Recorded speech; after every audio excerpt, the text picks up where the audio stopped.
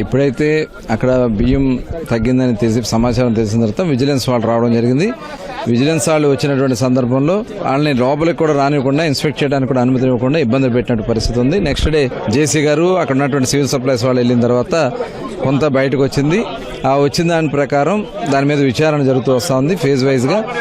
Already దానికి పేరు నాని గారు కూడా ఒక లెటర్ ఇవ్వడం, నేను దీంట్లో తప్పు జరిగింది, మేము తీసుకొని డబ్బులు కడతాను. ఇవాళ తర్వాత పూర్తి స్థాయి విచారణ చేస్తే మొత్తం 5,000 బస్తా మిస్ అయింది.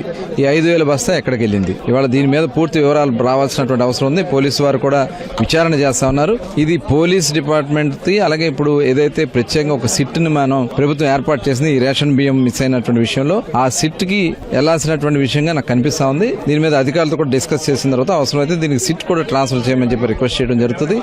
ఇది ఖచ్చితంగా పీడిఎస్ బియ్యం, పేదలు చెందాల్సిన బియ్యం. నీతి కావ్యాలు చెప్పేటటువంటి పేరు నాని గారు అడ్రస్ లేకుండా రాష్ట్రం వదిలిపెట్టి పారిపోయాడు, ఈ దేశం వదిలిపెట్టి పారిపోయాడో తెలియనటువంటి పరిస్థితి కనబడతా ఉంది.